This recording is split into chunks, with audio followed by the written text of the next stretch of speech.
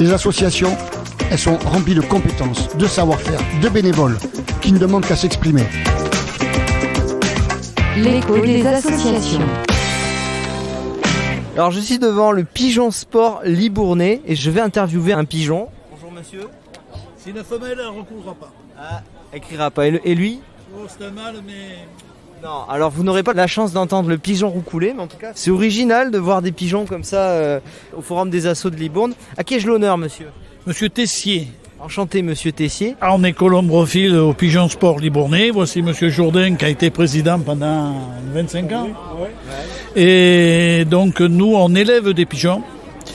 On élève des pigeons qu'au bout de 22 jours, on les lâche chez nous, qui commencent à tourner, s'aduire. On appelle aduire, c'est-à-dire se repérer le lieu, qui commence à tourner autour de son colombier, là où il est né. Et au bout de 3-4 mois, on les entraîne. On les entraîne de 5 km en 5 km, c'est-à-dire à 5 km, 10 km, on les lâche. Ils reviennent à la maison. Et après, au bout de 5-6 mois, on fait des concours à 100 km, où il y a 2500 pigeons. Donc des pigeons qui vont à Langon, d'autres à La Teste, d'autres à Libourne, dans toutes les sociétés de la Gironde. Et à partir de là, ça c'est la première année. La deuxième année, ils font des courses de 100 km à 800 km. D'accord, donc en fait ce sont des pigeons voyageurs, quoi. C'est le pigeon voyageur, c'est des sportifs. Ce sont des sportifs et comme vous venez de l'expliquer, le pigeon voyageur ne fait pas l'aller-retour. C'est vous qui l'amenez à un lieu et il revient à son lieu de naissance. Tout à fait. On enregistre les pigeons à notre société.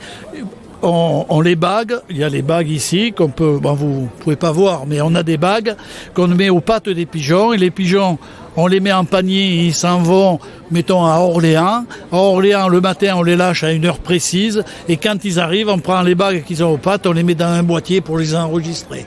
Et on sait, par rapport à la vitesse et au temps qu'ils ont mis, en règle de 3, on sait à quelle vitesse ils ont volé. C'est-à-dire qu'on convertit la distance en mètres minutes.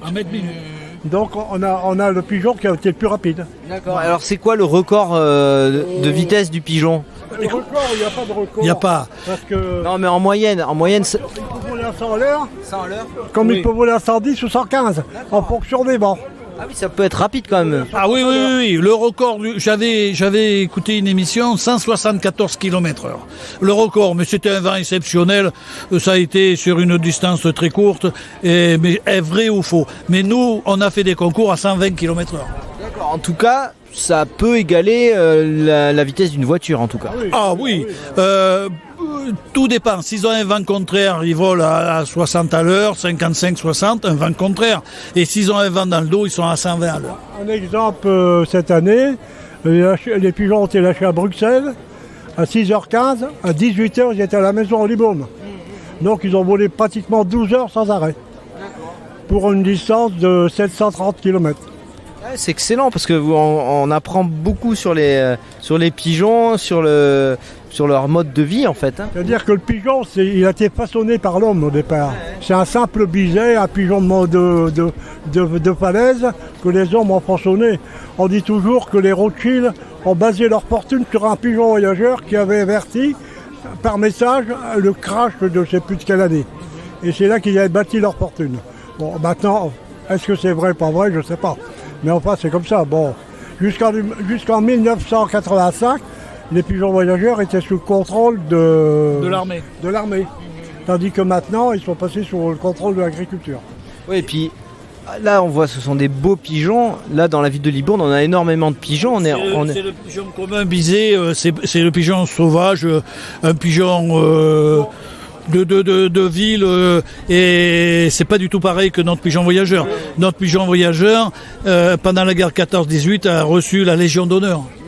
C'est le premier animal qui a eu la Légion d'honneur. D'accord, donc c'est pas le même, pigeon.